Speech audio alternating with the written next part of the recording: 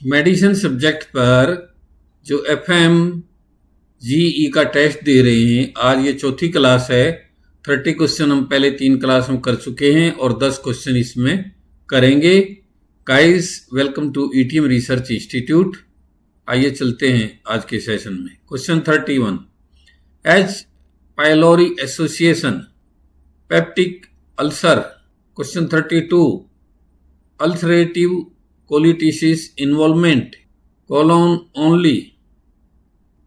Question number 33, Crohn disease involvement, mouth to anus, SIADS finding, hyponatraemia, diabetes diagnosis, HbA1c more than or equal 6.5%, acute pancreatitis marker, serum lipase.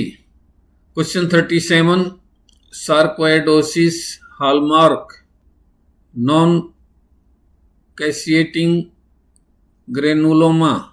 Question 38, tuberculosis granuloma, caseating granuloma, dengue severe feature, plasma leakage. आज के session का ये last question है। Question number 40, malaria species causing cerebral malaria, और इसका answer है P. falciparum।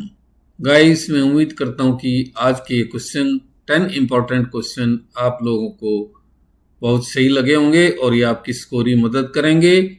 Video देखने के बाद लाइक करना, शेयर करना, चैनल को सब्सक्राइब कर देना।